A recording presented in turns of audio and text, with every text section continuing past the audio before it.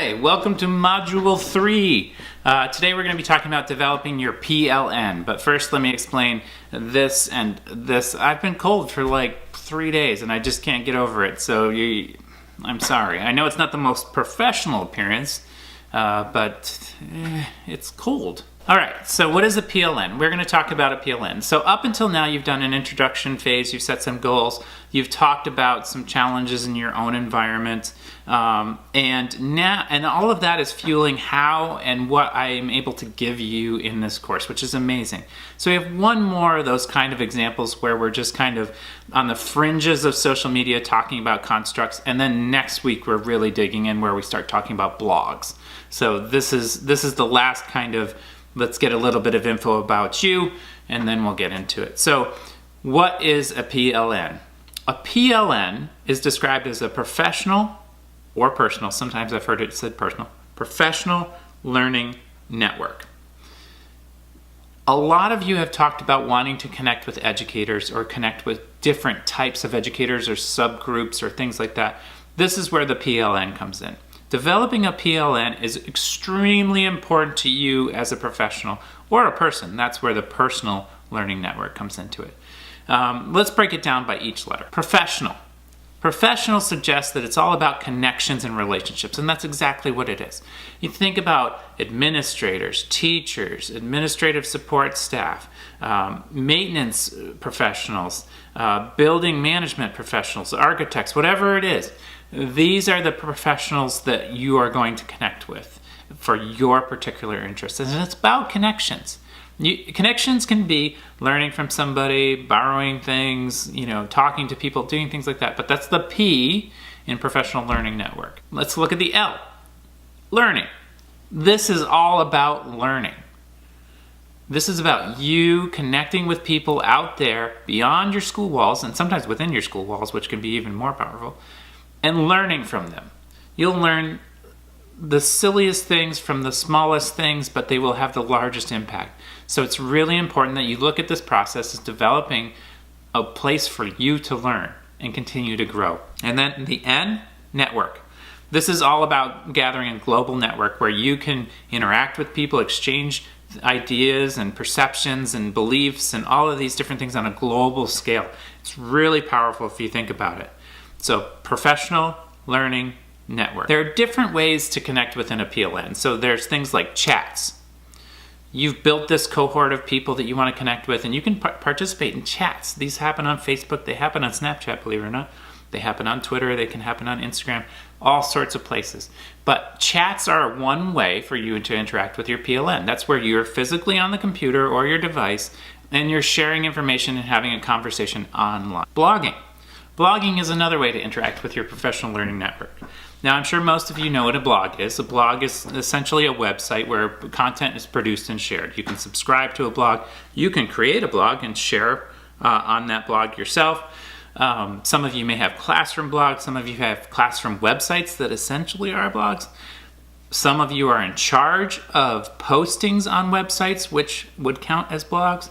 So blogging is another way to interact with your PLN. So for example, I follow George Carus. He's a member of my professional learning network, and he has a blog. I have subscribed to it, so I see everything that he shares on that blog, and that's how I interact with him as a part of my professional learning network. Bookmarking and curation.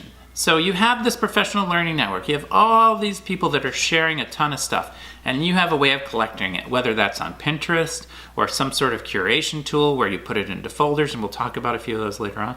But this is a way that you can interact with your PLN. You can grab all the great things that they're doing. I'm just doing this at random now. Grab all the great things that they're doing and put it into your folder so that you have it and you can access it. Like some of you may be into gardening, and you may collect all sorts of great gardening tips into one folder. That's interacting with your personal learning network. Great stuff.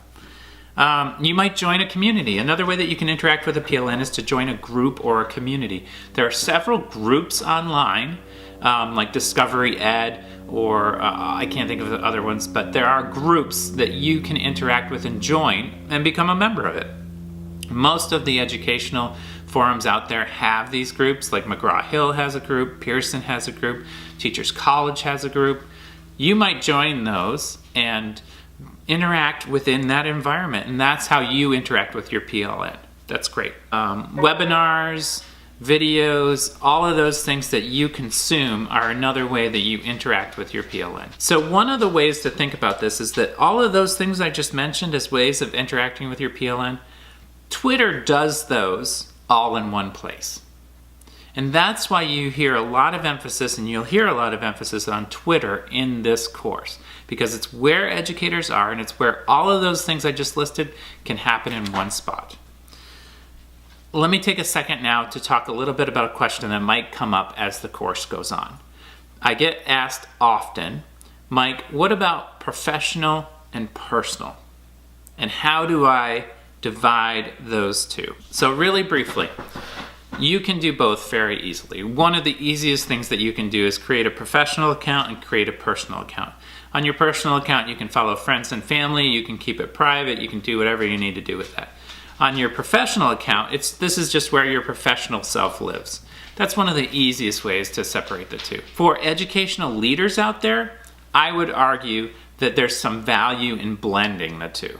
I will give you an example. When I was a first-year principal, a lot of the feedback I got from the community was that they didn't know who I was. There wasn't a really great way for them to get to know me. My family lived an hour away. I commuted every day.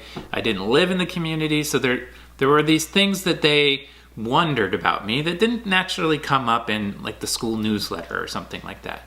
So I started slowly, intentionally sharing little bits of my life. Now, I'm not talking about pictures of my cat or something like that, although I do that every once in a while.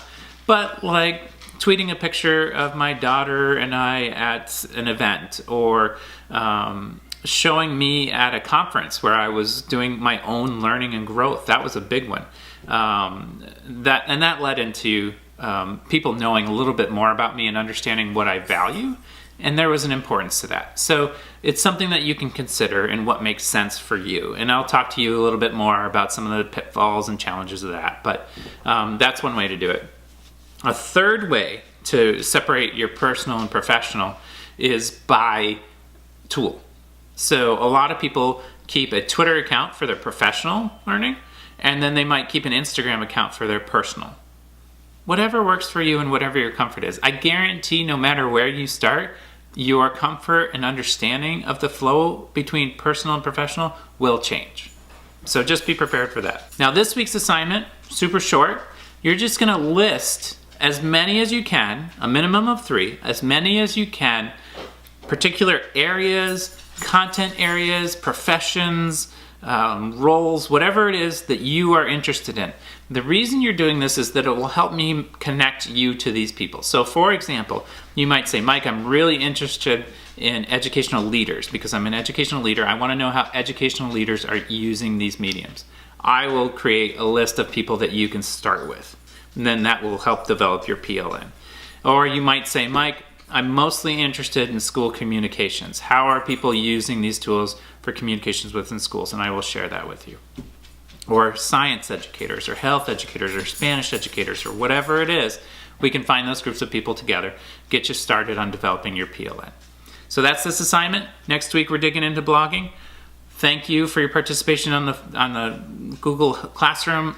I think we've all gotten comfortable with it. It's going pretty well on my end. If things come up, let me know.